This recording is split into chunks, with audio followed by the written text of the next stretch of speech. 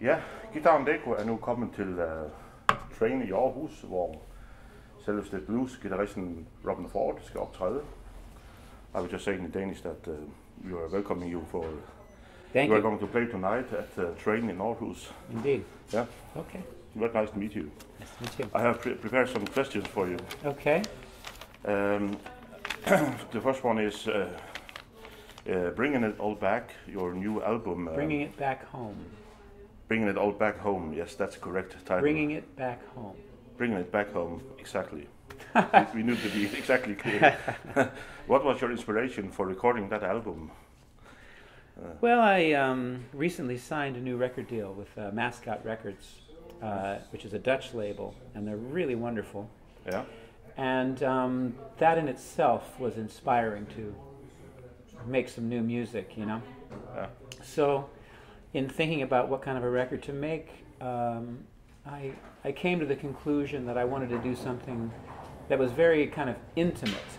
Intimate, yeah. Like something that really kind of invited people in, like, you know, like coming into your living room, you know, for a nice evening, you know, or for a good, you know,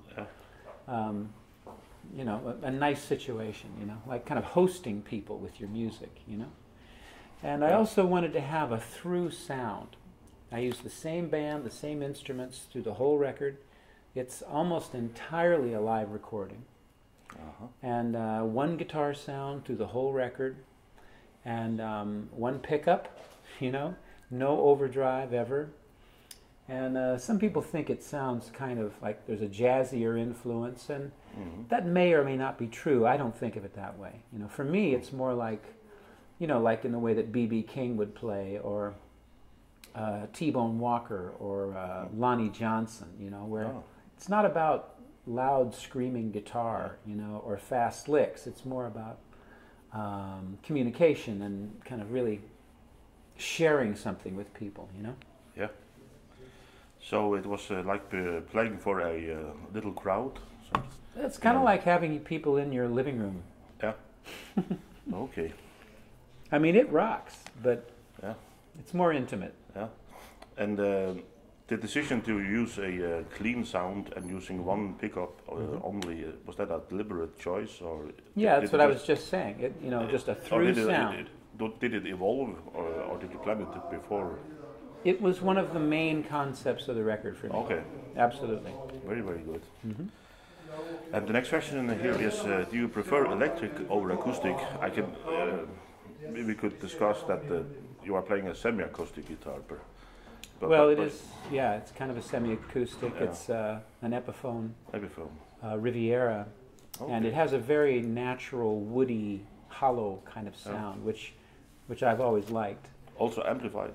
Oh, yeah.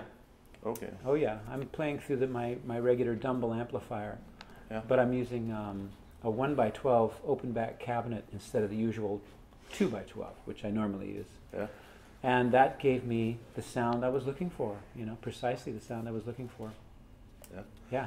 What were your first influences when you actually started playing as a 13-year-old kid? Well, my first influence was Mike Bloomfield. He was the guitarist for the Paul Butterfield Blues Band. And this is, of course, the mid-'60s, right in there. Yeah. And Bloomfield splintered off and put his own band together called the Electric Flag. And I also was exposed to a little bit of Chicago blues via James Cotton Blues Band. Loved that band. A great guitarist named Luther Tucker in that band. Yeah. And also the British Invasion, John Mayall and the Blues Breakers, and then Cream, Jimi Hendrix. Yeah. And I also saw live, I saw all these people live, but I saw B.B. King, Albert King, both live, Fillmore Auditorium in San Francisco. So I was exposed to just a tremendous amount of great guitar, and it was all blues oriented. Yeah. And so I was very much attracted to that sound. Yeah. But you're also into jazz fusion and a little bit of rock also. A more technical question. This is a website for guitar players. So when you are improvising, do you think about scales? A very original question.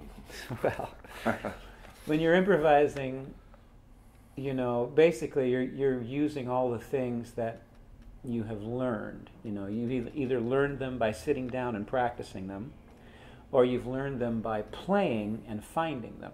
You know, that's been kind of more my approach. I listen. You know, I've always just listened and played, and I tried to find the things that I heard on the guitar. Uh-huh. And that's a very good exercise because it makes your ear more awake. You know, you have to hear things because they go by fast, you know. And also beyond that, I got a book and I learned all the standard jazz voicings on the guitar out of a book. Uh-huh. Mickey Baker's Jazz Chords, Volume 1. Yes. I myself have done a book called Blues Rhythms. That's kind And of my version. Also a video also. Well, Blues Rhythms is only a book. Only a book, but you I've also done a lot of instructional DVDs. Yeah, that's my fault, yeah. Yeah, thank you. Yeah. But, you know, so learning chords is what I encourage people to do. And then you learn the scales that are played through those chords. So when you are moving around the fretboard, you are thinking about chords and voicings. Well, and you know, there is a chord. You're playing a song, and it's got a chord right there. Yeah. So I have to That would help, play on that chord. Yeah. And that chord has a scale that runs through it. Yeah. So when I'm playing that chord, I have my choice of only 6 or 7 notes, you know, and no more. No. So, you know, you have to know the chord you're playing, and you have to know the scale that runs through it. Yeah. That's about the left hand. What about the right hand? Do you prefer, what technique do you prefer? Finger picking or using flat picks or cross picking? Well, I use a variety of techniques, you know. Yeah. I practiced back and forth picking, just playing scales with back and forth picking technique. Like the Berkeley technique? I don't know. Okay. This is just something I did. You know, because I wanted to be able to do this as quickly as possible. Okay. And, up and down strokes. Yeah, just this. Yeah. Then I move on to a question about, you mentioned that it's important to listen with your ears. But what about reading sheet music? I ask this because I collaborated with Miles Davis and Dizzy Gillespie. Not Dizzy Gillespie. Not Dizzy Gillespie, so that's wrong. But Miles Davis, anyhow. Yeah, a lot of different jazz players I've worked with. Yeah, but not Dizzy. But you worked with Miles Davis, and did you use sheet music or? Very little. There were a few charts that gave me guidelines on certain songs, and certain melodies were written out. And you know, I read very poorly, so I had to, you know, like very slowly learn and memorize, you know, because I don't read well. I don't read quickly at all. Okay. So what was it like your experience playing with Miles? With Miles Davis? Well, Miles in particular, you know, I mean, he was. We had a good relationship, and you know, he was a challenging person to be around, but it only made you have to step up. You know, it was a challenge to be, you know, with him. Yeah. You know, musically, he gave very little instruction.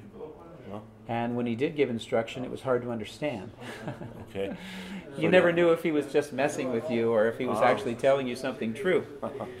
So, very interesting that way. Did you ever get to work with the Danish bass player, the famous Niels Henning Ørsted Pedersen? No. I'm very aware of him. Yeah. Great musician. We are very proud of him here in Denmark. Oh, sure. There are a few questions left here, so you're getting ready for your concert here at Train.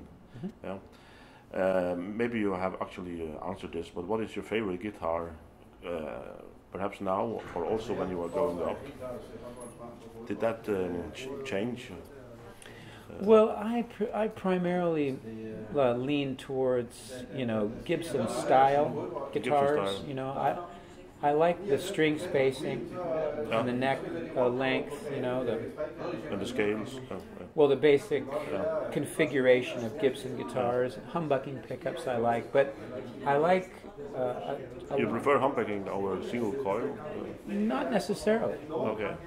You know, different guitars serve different purposes, and I have several guitars that I use for different reasons. Yeah. The unique thing about the new record is that I use one guitar, one pickup on the guitar for the whole record, you know? That's very good. So right now I'm quite enamored with, it's an Epiphone Riviera. Yeah. It's a 65 or 6. I'm a little unsure, but it's got a very hollow, woody sound, and I love that. Yeah. And that's kind of what I'm doing right now. You know? Yeah. It will change, I'm sure, but that's what's happening right now. Yeah.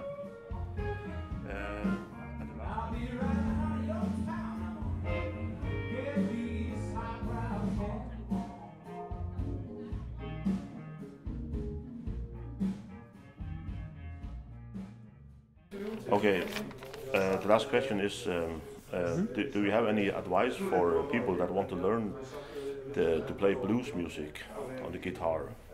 Well, blues, you know, it's a music that it's relatively simple form, and it's not that challenging technically to understand and play, but you know, for me, what I encourage guitarists to do is get a book, learn a bunch of chords, because all those jazz chord voicings can be applied to the blues. Okay.